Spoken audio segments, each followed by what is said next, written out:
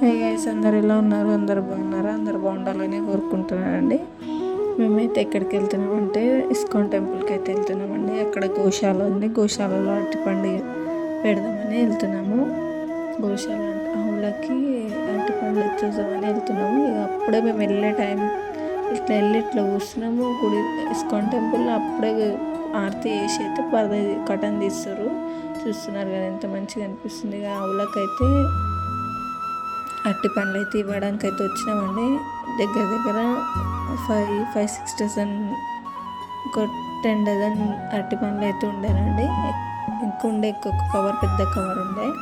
ఇక ఆవులకైతే అరటి పండ్లు అయితే ఇచ్చేసినాము. మేము పిల్లలు కలిసి అయితే అరటి పండ్లు ఇచ్చినాము.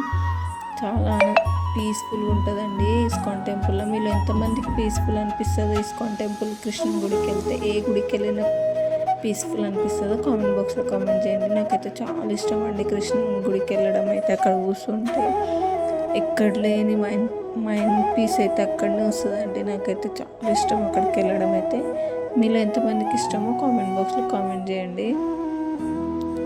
అక్కడైతే మేము వెళ్దాం అనేసరికి అయితే వర్షం అయితే ఫుల్ పడుతుంది. అక్కడ దగ్గర 50 ఆవులు ఉన్నాయంట అండి. అక్కడైతే గుడిలో ఎంత మంచిగా అనిపిస్తుంది అంటే అంత మంచిగా అనిపిస్తుంది. ఇక్కడైతే సండే అయితే భజన చేస్తారు. ఇంకా అక్కడైతే భోజనం కూడా పెడతారు. ప్రసాదం అయితే చాలా బాగుంటుంది కృష్ణుని గుడిలో. అయితే మీరు ఎంతమందికి ప్రసాదం ఇష్టమో అక్కడ కామెంట్ చేయండి. మా పిల్లలందరినీ తీసుకుపోయినాం అక్కడికైతే. అక్కడైతే పూరి జగన్నాథ్ చూడంగా నాకైతే ఎమోషనల్ అయిపోతున్నానండి.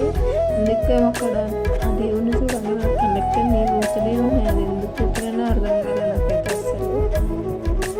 నా వీడియో నచ్చినట్లయితే లైక్, షేర్, సబ్స్క్రైబ్ చేసుకోండి. Bye. Thank you for watching.